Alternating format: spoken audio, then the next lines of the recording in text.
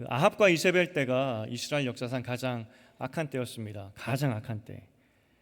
그렇기 때문에 하나님께서는 그 악한 때를 대비하여서 엘리야와 엘리사라는 이스라엘 역사상 가장 또 훌륭한 또 사역을 많이 감당했던 두 사람의 선지자를 보내셨죠. 이렇게 악한 때 하나님이 일하셨습니다. 그러면 이 악한 때에 이스라엘은 잘 살았을까요? 못 살았을까요? 하나님 버리고 떠난 그 북이스라엘 잘 살았을까요? 못 살았을까요? 북이스라엘 역사상 굉장히 부강한 때를 맞이했던 것이 또 이때입니다. 아마도 먹고 사는 문제가 없었기 때문에, 나라가 너무나 잘 됐기 때문에 더 하나님이 아니라 우상을 섬긴 게 아닌가 하는 생각이 들죠. 하나님께서 그러한 북이스라엘을 안타까이 여기시고 엘리야와 엘리사를 보내서 경고하시죠. 그러면 안 된다고. 하지만 결국은 그들은 그 길을 떠나지 않고 그들이 받았던 아합 왕의 마지막 메시지는 망한다입니다. 너희는 망할 것이다. 하나님 메시지였죠. 아합이 죽습니다. 아합이 죽고 나서 오늘 이야기의 주인공이 되는 여호람이라는 사람이 왕이 됩니다.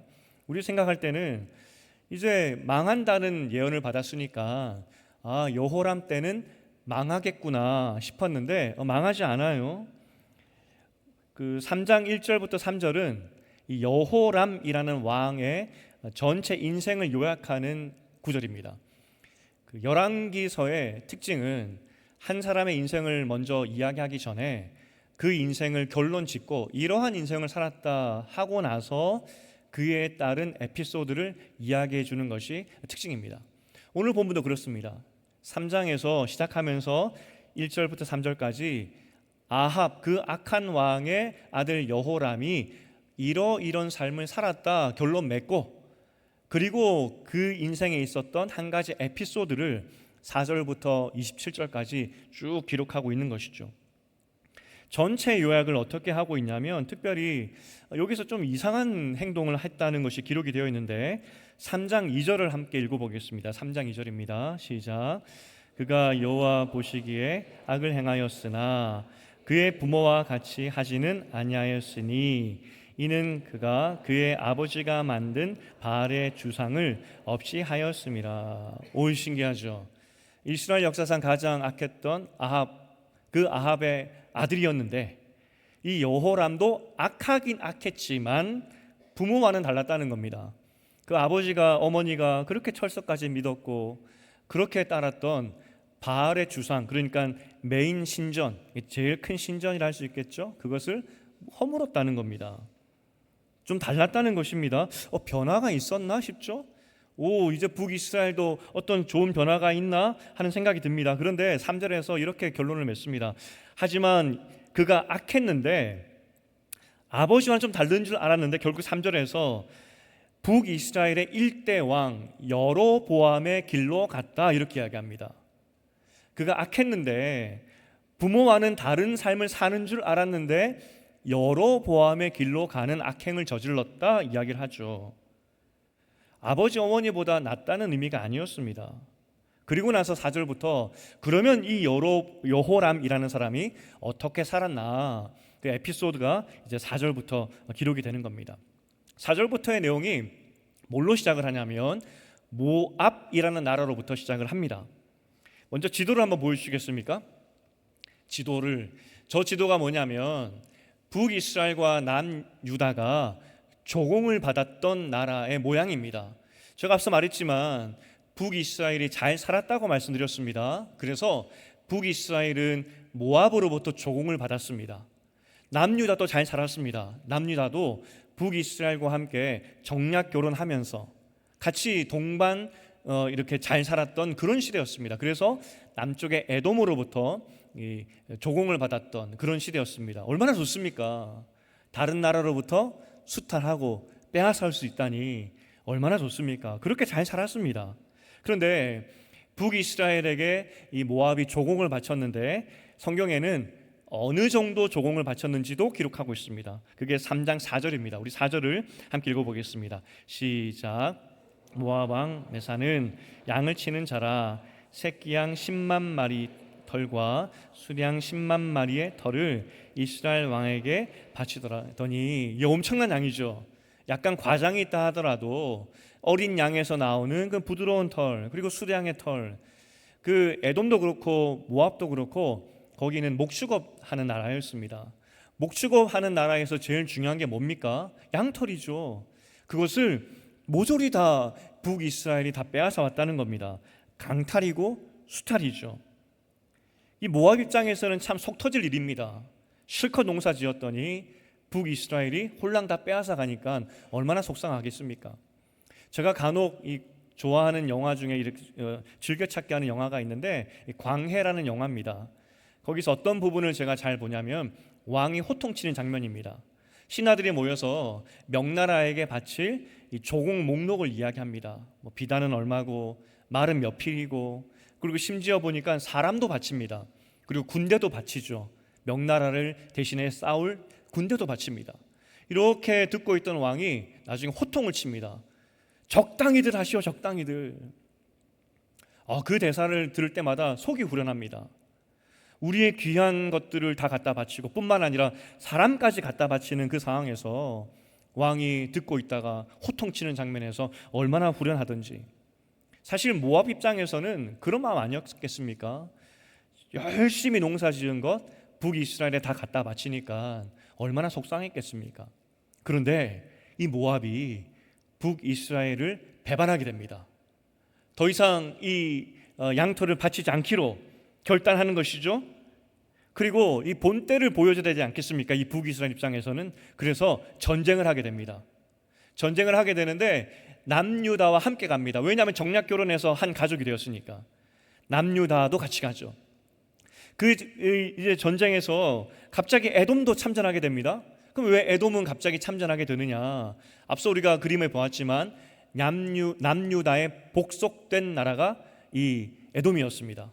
그렇기 때문에 자연스럽게 3개국 연합이 이 모압을 향해서 쳐들어가게 되는 것이죠. 지도를 한번 보시겠습니까? 어떤 방향으로 쳐들어갔는지. 저렇게 진군하게 됩니다. 북이스라엘로부터 군대가 일어나서 남유다로 내려와서 함께 모이고, 또 에돔까지 가서 에돔 군사도 모아서 모압으로 쳐들어가는 것이죠. 앞서 말했지만 에돔 지역은 목축업 지역이었고 이 광야였습니다. 이 광야길을 따라서 모압으로 전쟁하러 간 겁니다. 그런데 이길 수밖에 없는 전쟁으로 보이는데 가다가 한 가지 문제가 발생합니다.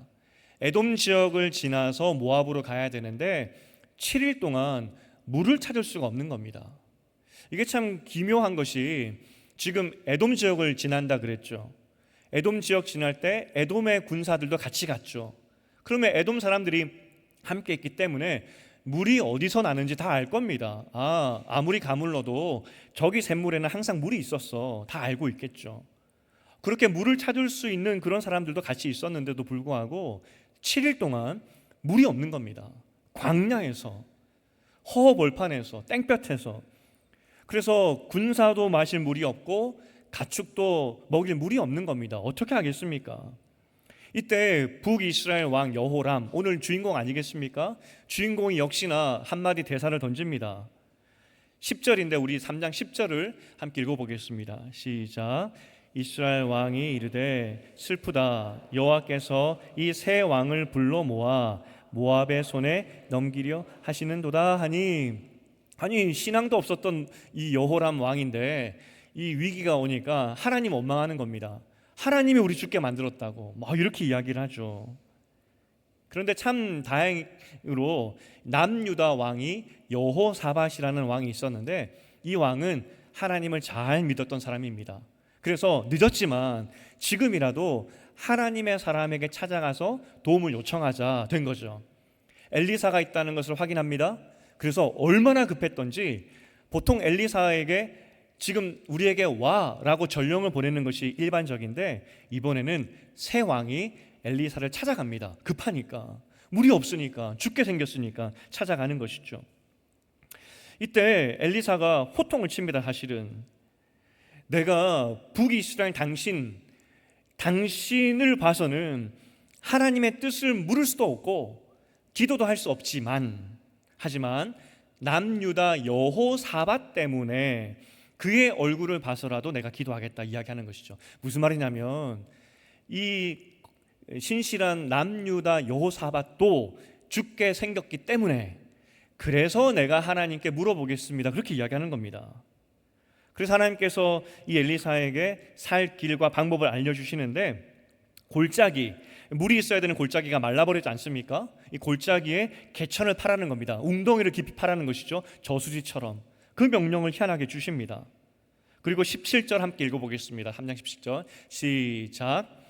여호와께서 이르시기를 너희가 바람도 보지 못하고 비도 보지 못하되 이 골짜기에 물이 가득하여 너희와 너희 가축과 짐승이 마시리라 하였나이다. 비가 오려면 구름도 있어야 되고 바람도 있어야 되는데 어디서 나는지 모르겠지만 그 물이 생기고 결국은 개천이 너희가 판 그 깊은 웅덩이가 물로 가득 찰 것이다 라고 말씀하시는 것이죠. 그리고 나서 한 가지 더 예언해 주시는 것이 물뿐만 아니라 전쟁에 대한 이야기입니다. 18절 19절도 함께 읽어보겠습니다. 시작.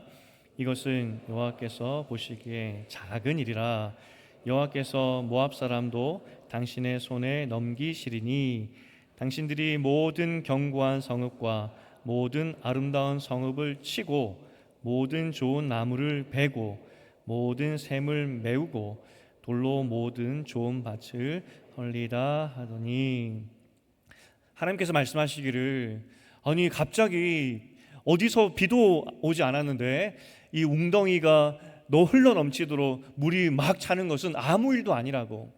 지금 전쟁을 하게 될 텐데 모압 성도 헐고 그 밭도 완전히 망쳐버리게 할 것이고 그 샘도 다 돌을 넣어서 마시지 못하도록 완전한 승리를 주실 것이다, 이 이야기를 하시는 것이죠.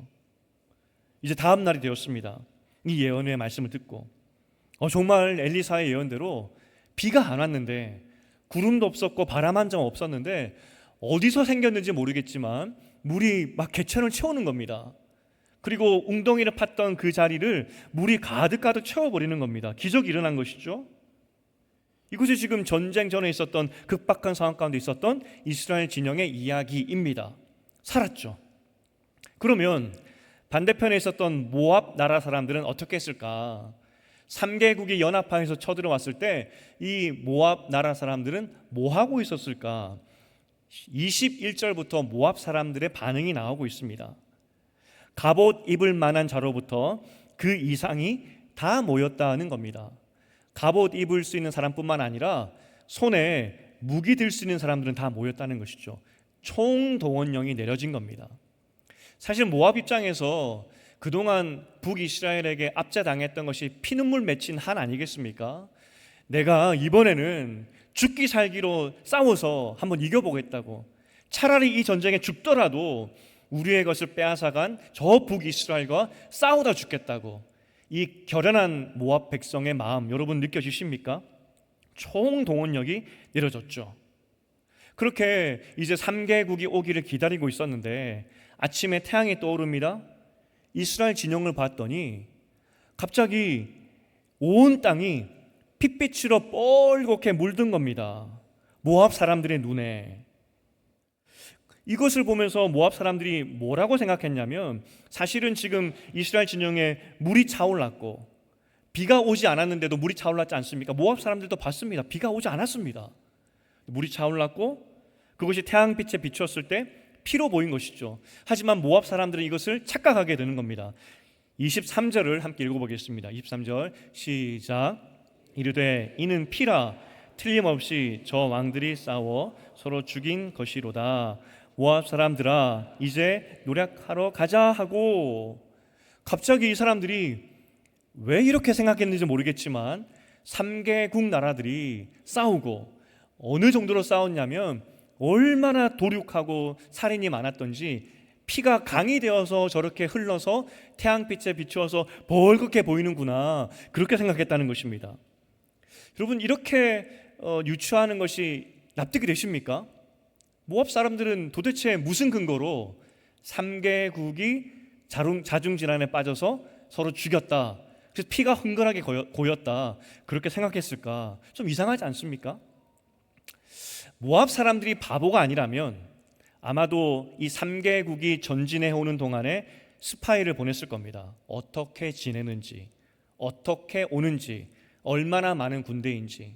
하지만 이렇게 봤더니 7일 동안 물이 없는 겁니다. 그리고 자세히 봤더니 사람이 항상 그렇듯이 물이 없고 죽을 상황에 처하면 서로 원망하고 불평하고 두려움에 빠지지 않습니까?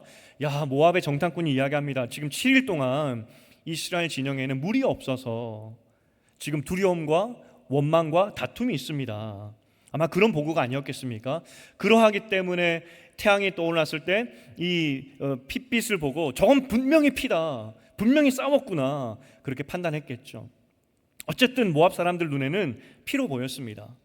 그리고 그 다음 반응이 뭐냐면 다 죽었으니까, 서로 찔리고 다 죽었으니까 이제 약탈하러 가자, 노략하러 가자, 그렇게 이야기하는 겁니다. 모압 군인들이 지금 이스라엘 백성들을 맞서서 싸우다가 적들이 다 죽었습니다. 이제 그들이 가지고 있었던 물건을 뺏으러 갑니다. 그냥 주스러 가는 거죠. 그 물건을 주우러 갈 때 여러분 뭘 가지고 가시겠습니까? 저 같으면은 큰 자루 하나 가지고 가겠습니다. 칼이나 이 갑옷이 필요할까요? 필요 없죠. 많이 가지고 와야 되니까. 그리고 저 같으면은 1등으로 달려갔을 것 같습니다.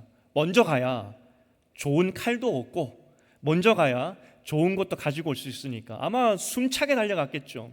지금 총동원령이 내려졌던 모압 백성들이 가지고 있었던 모든 무기 내려놓고 지금 이스라엘 진영에 남겨져 있을 그 금은 보화를 상상하면서 숨차게 달려갔던 것이 모압 사람들이었습니다.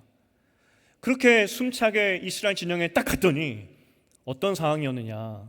분명히 전령에 의하면은 물이 없다고 그랬는데 이스라엘의 군대들이 그 물을 마시면서 목을 축이면서 기력이 보충된 상태, 그 상태에 이스라엘 3개국 동맹국을 맞이하게 된 겁니다. 어떻게 되겠습니까? 학살이죠. 모압의 백성들은 그 자리에서 영락없이 죽게 되는 것이었습니다. 정말 25절에 보니까 엘리사의 예언이 성취됩니다.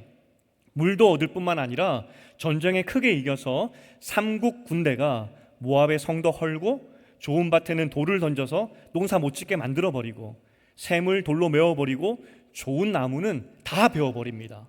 이런 큰 승리가 있었죠. 이게 지금 전쟁의 이야기였습니다. 큰 기적이 임한 겁니다. 그런데 27절에서 대반전이 일어납니다. 모압 왕이 어떻게 해도 이 전쟁을 이길 수 없으니까 이미 이 승패는 끝난 거 아니겠습니까? 이때 그가 배수진을 친 것이 무엇이냐면 27절에 보니까 자신을 이어서 왕이 될 왕세자죠, 세자가 되겠죠, 마다들, 그 마다들을 자신의 신 그모스 신에게 산 제물로 바쳐버립니다. 정말 배수진이었습니다. 내 사랑하는, 그리고 우리나라의 미래인 이 아들을 그모스 신에게 바칩니다. 신이여 깨어나셔서 우리를 구원하여 주시옵소서 라고 간절한 마음으로 자기 맏아들을 제물로 바치죠. 27절을 우리 함께 다시 한번 읽어보겠습니다. 27절 시작. 이에 자기 왕위를 이어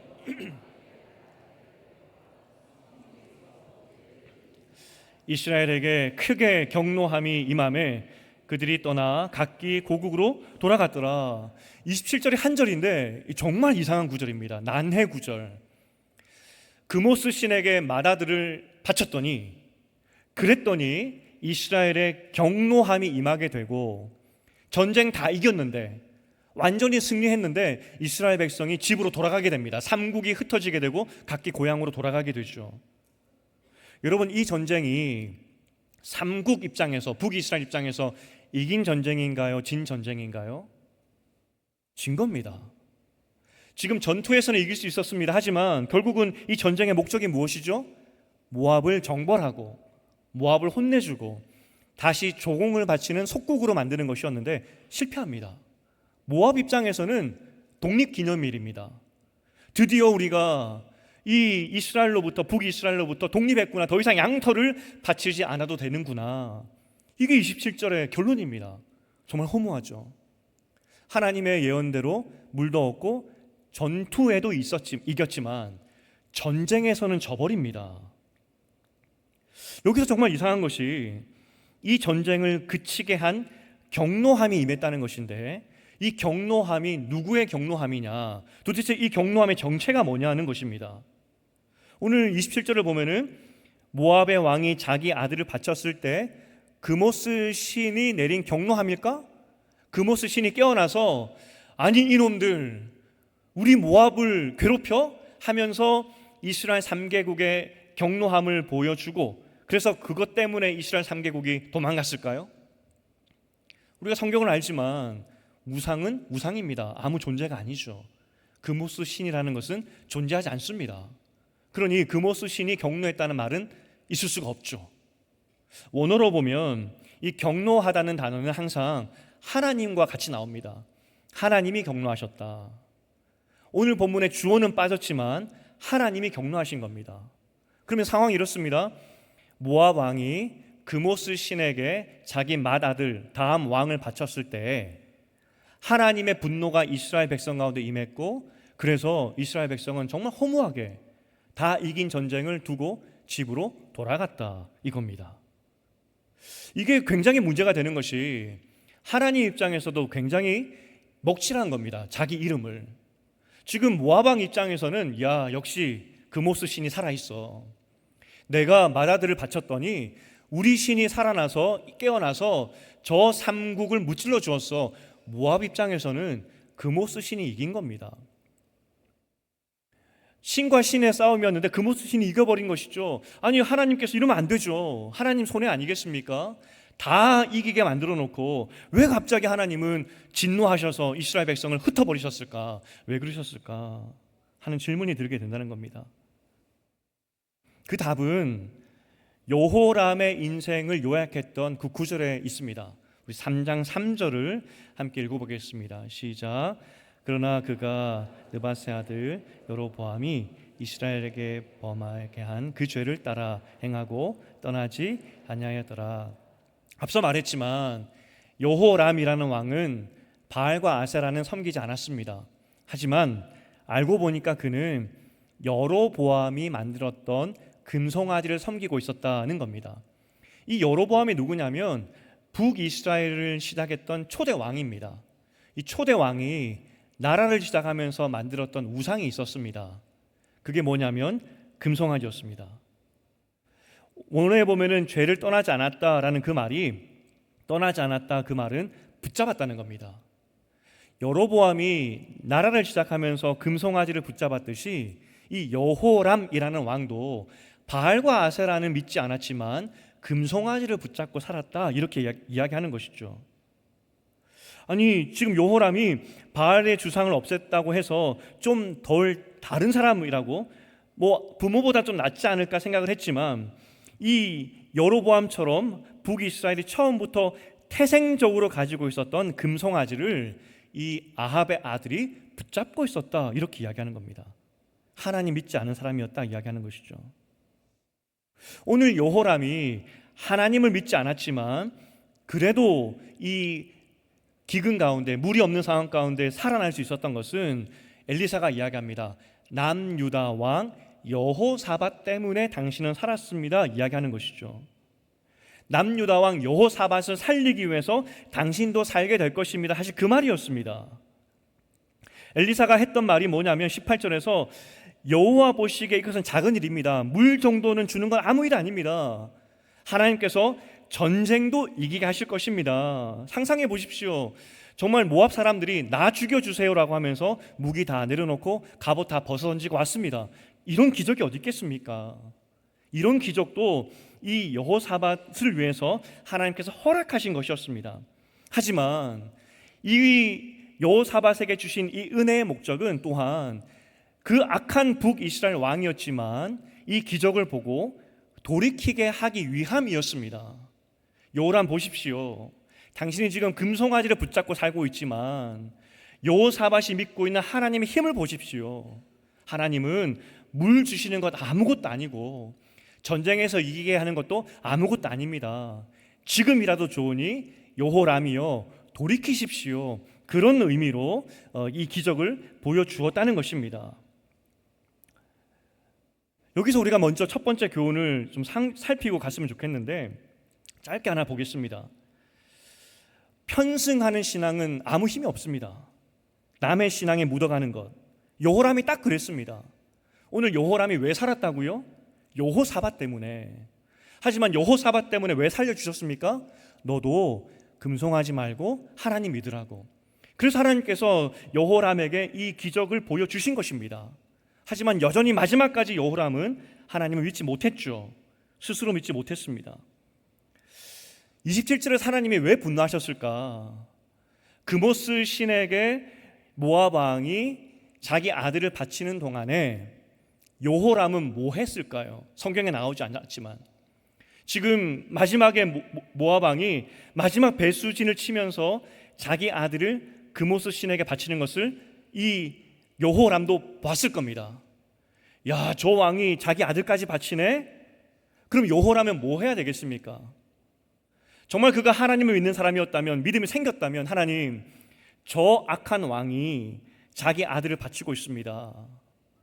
하나님, 하나님이 힘을 보여주셔서 아들 바친다고 전쟁 이긴다는 것, 그게 아니라는 것을 보여주시옵소서라고 기도하는 것이 맞았을 텐데, 우리가 유추할 수 있는 것이 무엇이냐면 그 모압 왕이 아들을 바치는 동안에 여호람도 마음이 흔들렸을 겁니다. 흔들렸겠죠. 내가 금송아지에게 뭘 바쳐야 되는 거 아니야? 하나님께서 그에게 기적을 보여주셨지만 여전히 여호람은 금송아지를 붙잡고 있었고, 그 모습에 하나님은 분노하시면서 여기까지야, 나의 도움은 여기까지야, 끝, 집에 가. 이것이 하나님 반응이었다는 것입니다. 하나님의 기적으로 거기까지 갔는데 마지막 모압 왕의 배수진을 보면서 나도 금송아지에게 뭐 바쳐야 되는 거 아니야? 아마 그 마음이 있었을 것이고, 그 마음이 드는 순간 내가 이렇게까지 기적을 보여주었는데 너는 믿음이 생기지 않았어? 아직까지 그 모양이야? 여기가 끝이야.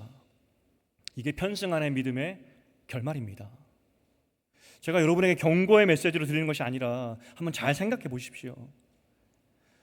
많은 분들이 부모님의 신앙을 의지합니다. 또 남편들도 아내의 신앙을 의지하여서 나는 교회 가지 않을 테니까, 나는 그냥 좀 쉴 테니까 당신이 가서 기도해 줘 라고 이야기하는 경우가 참 많습니다. 사실 그것도 어느 정도 맞죠. 그 믿음 있는 사람 때문에 그 가정이 지켜지는 것이고 그 가정의 어려움들이 이기게 되기도 합니다. 하지만 하나님은 언제나 그 믿음을 그 개인에게 물으십니다. 지금까지는 편승하여서 무임승차여서 잘 올 수 있지만 결정적인 순간에 너는 믿음이 있느냐? 내가 너의 가정을 통하여서, 내가 붙여준 사람을 통하여서 나의 살아있음을 너에게 보여주었는데 너는 믿음이 있느냐? 그것을 물어볼 날이 온다는 것입니다. 그때 만약에 여러분 가운데 오늘 여호람처럼 기적을 보고도 믿음이 없다면 여기까지가 끝이야 라는 말씀을 들을 수 있다는 것입니다. 여러분에게 어떤 두려움으로 말하는 것이 아닙니다. 정말 간절함으로 여러분에게 말씀드리는 겁니다. 오랜만에 부모님 집에 왔는데, 고향 교회 왔는데 저 목사가 편승하지 말라고 말씀하시니 설교하고 있으니 마음에 부담감이 될 수도 있습니다. 하지만 하나님께서 말씀하십니다. 너의 가정 가운데 역사하신 하나님을 기억하고 너의 신앙을 가지라고. 제가 인생에서 기억나는 설교가 두 편이 있습니다. 제가 너무나 인상 깊은 설교이기 때문에 몇 년에 한 번씩은 예화로 아마 자주 말씀드릴 겁니다. 1년 반 전에 여러분과 나누었던 예화입니다. 이전 교회에서 그 사역자들의 아버지들, 그러니까 사역자들의 아버지 중에서 목회하시는 분들을 초대해서 부흥회를 하는 그런 시간들이 있었습니다. 저희 팀원 중에 아버지가 한 분 목사님이셨고, 그분이 오셔서 새벽에 특별히 말씀을 전해주셨던 그런 때가 있었습니다. 새벽 기도 때. 새벽 기도 때 집중하기 어렵지 않습니까? 그런데 그분은 60이 넘으셨고, 그리고 한 30년 이상 젊으셨을 때 그 담임이 되셔가지고 굉장히 오랫동안 담임 목회를 하셨던 그런 분이셨습니다. 그분이 설교 말미에 이런 말씀을 하셨습니다. 사역을 오래 하다 보니까 여러 사람을 만났다고. 그런데 여러 사람을 만난 중에서 참 안타까운 경우가 있는데, 젊을 때 자기 하고 싶은 거 다 하고 느지막이 돌아오는 사람들이 참 많다고. 그렇게 느지막이라도 돌아오니까 다행이다라는 생각이 들기도 하지만 동시에 드는 생각이 안타까움이라고. 마치 생선에 비유하면은 생선의 몸통은 자기 좋은 것은 다 자기가 다 먹고 나서 마지막에 생선 꼬랑지와 생선 대가리만 하나님께 드리는 인생 같아서 그래서 너무 안타깝다고. 30년 담임 목회를 하면서 많은 사람들을 보고 안타까워하셨던 이 목사님의 안타까움이 느껴지십니까? 편승하는 신앙은 내가 원하는 것대로 살다가 다 가지고 나서 결국 겨우겨우 이끌려서 기대서 사는 것과 똑같다는 겁니다. 지난주에 신방을 하면서 한 집사님의 이야기였습니다. 남편을 위한 기도였는데 이전에는 때가 되면 신앙생활 잘 하겠지, 때가 되면 신앙생활 열심히 하겠지, 그렇게 소극적으로 기도하셨다고 합니다. 때가 되면 하겠지, 때가 되면. 그런데 최근에 기도가 바뀌셨대요. 적극적으로 하나님 바꾸어 주시옵소서, 바꾸어 주시옵소서. 편승하는 신앙이 아니라 그냥 한 발자국만 걸쳐놓은 신앙이 아니라 정말 하나님 잘 믿는 사람이 되게 하여 주시옵소서, 그렇게 기도가 바뀌셨대요. 혹시 이 자리에 가족에 편승하여서 그냥 나를 대신하여서 기도해 주겠지라고 소극적으로 신앙생활을 하고 계신 분들 계시다면 오늘 여호람의 이 이야기를 기억하셔야 됩니다. 하나님께서 도와주실 수 있습니다. 어느 정도 말은 맞는 말입니다. 하지만 마지막에 물으십니다. 너 믿음 있어? 그때 어떻게 하시겠습니까? 추석 때 죄송합니다. 오랜만에 방문하신 분들. 두 번째가 중요합니다. 지금 두 번째를 해야 되는데, 두 번째 우리가 주목할 것은 북이스라엘 왕이 총 19명이었습니다. 19명. 그런데 19명의 삶을 이렇게 평가하고 에피소드가 계속 반복이 되는데 19명 중에서 15명이 똑같이 평가받았던 내용이 있습니다. 19명 다 악한 왕이었는데 그 악함을 이야기할 때 똑같이 받았던 그 악함의 이야기, 평가가 15명 똑같이 받았던 내용이 있습니다. 고질적인 죄죠. 북이스라엘의 왕들의 고질적인 절대로 끊을 수 없는 죄가 있었습니다. 끊고 싶어도 끊지 못하는 15명이 지었던 그 죄가 뭐냐? 오늘 3절에 보았던 여로보암의 길을 떠나지 못했다입니다. 19명 중에서 15명이나 하나님 앞에서 악한 삶을 살게 되는데 공통점이 뭐냐? 여로보암의 길을 갔다는 겁니다. 우리가 생각했을 때 북이스라엘이 하나님을 버리고 떠난 이유가 바알과 아세라 신 때문이다라고 생각을 하죠. 그 당시 고대 근동의 가장 큰 신 아니었겠습니까? 그런데 알고 보니까 북이스라엘이 망한 이유는 바알과 아세라 신 때문이 아니라 여로보암의 길로 갔기 때문에 망했다는 겁니다. 그럼 여로보암의 길이 뭡니까? 여로보암이 만들었던 금송아지 2마리, 15명의 왕들이 그 금송아지 2마리를 끝까지 붙잡고 있었다는 겁니다. 바알과 아세라 신이 아니었다는 것이죠. 아니 그러면 이 강력한 이 신, 이 금송아지를 북이스라엘을 시작했던 여로보암은 왜 만들었을까? 명확한 목적이 있었습니다. 여로보암이 북이스라엘을 시작하면서 금송아지 2마리를 만들었던 명확한 이야기가, 그 목적이 열왕기 상 12장 27절과 28절에 나옵니다. 우리 두 구절을 함께 읽어보겠습니다. 시작. 만일 이 백성이 예루살렘에 있는 여호와의 성전에 제사를 드리고자 하여 올라가면 이 백성의 마음이 유다 왕 된 그들의 주 르호보암에게로 돌아가서 나를 죽이고 유다의 왕 르호보암에게로 돌아가리라 하고, 이에 계획하고 두 금송아지를 만들고 무리에게 말하기를 너희는 다시는 예루살렘에 올라갈 것이 없도다. 이스라엘아, 이는 너희를 애굽 땅에서 인도하여 올린 너희의 신들이라 하고. 다른 목적이 아닙니다. 북쪽의 백성들이 남유다에 있는 예루살렘에서 예배 드리다가 나를 배반할까 봐, 그래서 금송아지 만들어 놓고 이것이 하나님이다 라고 이야기한 겁니다. 여로보암이 왜 금송아지를 만들었다고요? 백성들이 떠나갈까 봐. 그 중심의 마음이 뭐냐면 불안한 겁니다. 열등감이죠. 남유다 다윗의 자손보다는, 그 왕권의 혈통보다는 나는 아무것도 아니거든요. 여로보암이 어떤 사람이었냐면 솔로몬 때 사람이었습니다. 솔로몬 때 그는 이 과부의 아들이었고, 이 과부의 이름이 나오는데 이 피부병에 걸려서 이 공동체에서는 떨어져 살았던 사람으로 추측이 됩니다. 지금으로 치면은 정말 흙수저 중에 흙수저였습니다. 이게 여로보암이었습니다. 그런데 이 청년이 정말 똑똑했습니다. 천하의 지혜로웠던 솔로몬이 그를 발탁하여서 이스라엘 지파 중에 가장 큰 지파였던 에브라임의 감독관으로 세워버리죠. 정말 똑똑한 왕에게 인정받았던 똑똑한 청년이었습니다. 그런데 감독관이라는 것은 노역 아니겠습니까? 공사하여서 인정받으려면 어떻게 하겠습니까? 보통 쥐어짜야죠. 하지만 여로보암은 그러지 않았습니다. 나중에 이스라엘 백성들이 자신들을 대변자를 찾을 때 이 여로보암을 찾습니다. 여로보암은 젊었지만 지혜로웠고 백성의 편에 서서 백성의 마음을 읽을 줄 아는 그런 리더였다는 것이죠. 그러니 왕에게도 인정받고 백성에게도 인정받았습니다. 그래서 하나님께서 이 여로보암을 높이 사셔서 너는 자질도 되고 겸손하고 믿음도 좋으니 내가 너에게 10개 지파를 맡기겠다. 다윗 왕이 아니라 그 후손이 아니라 너에게 10개 지파를 맡기겠다. 그러니 너의 자질과 너의 믿음을 가지고 북쪽에서 나라를 잘 만들어 봐. 이것이 시작이었습니다. 하지만 나라가 시작되고 나서 여로보암 마음 가운데 두려움이 옵니다.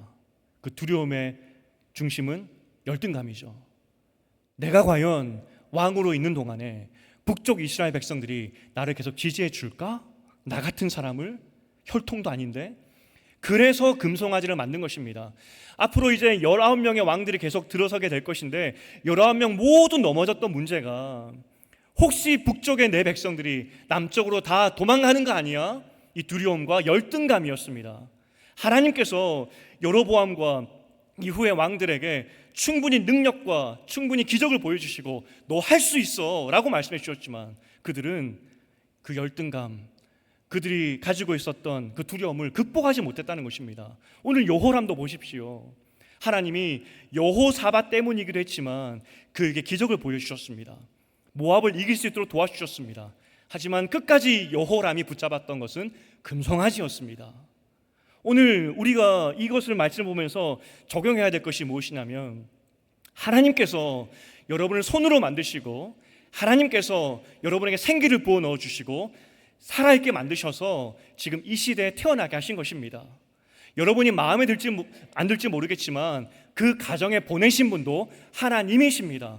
감당할 수 있으니 그 가정 안에서 그 상황 안에서 하나님과 더불어 천국의 삶을 살 수 있으니 하나님이 보내신 것입니다. 하지만 우리 시선은 어디로 갑니까? 열등감과 두려움. 나는 덜 가진 것 같은데 내가 할 수 있을까? 하나님이 할 수 있으니 거기에 보내신 것인데 자꾸 두려운 겁니다. 그러니 뭘 찾죠? 금송아지. 이게 하나님이야. 나를 봐야지 하면서 다른 거 보지 말고 금송아지 보면서 나를 봐야지, 나를 지지해 줘야지. 그렇게 만들었던 금송아지.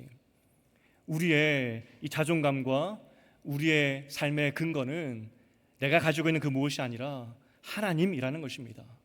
하나님이 하실 수 있으니 그 가정에 보내신 것이고 하나님이 함께 하시니 여러분을 그곳에 보내신 것입니다. 오늘 이제 추석이고 명절입니다. 많은 가족들을 만날 겁니다. 한숨 나오는 식구가 있을 수도 있습니다.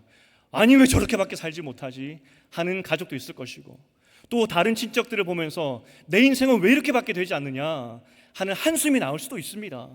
하지만 하나님이 보내신 것입니다. 하나님이 하실 수 있으니 하나님이 함께 하시니 여러분에게 맡기신 것입니다. 우리가 할 것은 금송아지가 아닙니다. 열등감을 채워줄 금송아지가 아닙니다. 우리가 붙잡을 것은 하나님이라는 것입니다. 우리가 추석인데 이 자신감을 회복했으면 좋겠습니다. 혹시 낙심하고 절망에 빠져서 내가 여기서 이렇게 사는 것이 맞나 하는 가족들이 있다면 진심으로 기도해 주시고 우리 하나님이 너의 인생 가운데 함께 하실 거야. 하나님이 너의 인생 가운데 함께 하시니 걱정하지 마 라고 말해줄 수 있는, 그리고 어떤 편견도 아니라 그 인생을 하나님의 눈으로 바라볼 수 있는, 하나님의 눈으로 축복할 수 있는 여러분이 되어야 된다는 것입니다. 우리가 한 구절을 읽겠습니다. 고린도전서 10장 13절인데 이 구절 함께 읽어보겠습니다. 시작. 사람이 감당할 시험 밖에는 너희가 당한 것이 없나니 오직 하나님은 미쁘사 너희가 감당하지 못할 시험 당함을 허락하지 아니하시고 시험 당할 즈음에 또한 피할 길을 내사 너희로 능히 감당하게 하시느니라. 이 하나님 믿으시고 혹시 시험 때문에 좌절한 가족들이 있다면, 그렇게 고통당하는 우리 신은의 가족들이 있다면 하나님이 너 인생 가운데 함께 하시고 지켜주실 것이야. 금송아지 붙잡지 말고 하나님 붙잡아야 돼. 진심으로 기도하시고 격려하는 여러분 되시기를 주님의 이름으로 축복드립니다. 패션, 이제 말씀 맺겠습니다. 패션에 대해서 이런 말이 있죠. 패션은 자신감이다. 찢어진 청바지를 입어도 자신감 있게 가면 그게 패션의 선도가 되는 것이죠. 그게 유행이 되는 겁니다. 패션은 자신감입니다. 자신감. 제가 오늘 보라색 넥타이를 맸습니다. 보라색 넥타이. 좀 어울리나 모르겠습니다. 사실 이 넥타이를 매기까지 엄청난 용기가 필요했습니다. 저희가 볼 때는 좀 화려해 보였거든요. 하지만 저는 자신감을 가지고 맸습니다. 잘 어울릴 거라고. 하나님 백성에게 제일 필요한 것이 무엇이냐면 이 자신감입니다. 금송아지는 우리의 열등함과 우리의 불안을 상징하는 것이죠. 그거 붙잡으면 망합니다. 우리가 붙잡을 것은 자신감. 하나님이 나와 함께 하신다. 하나님이 내 아버지시다. 그러니 내 인생은 절대로 망하지 않는다. 이 믿음으로 살아가시는 여러분 되시기를, 또 이 믿음을 전하는 여러분 되시기를 주님의 이름으로 축복드립니다.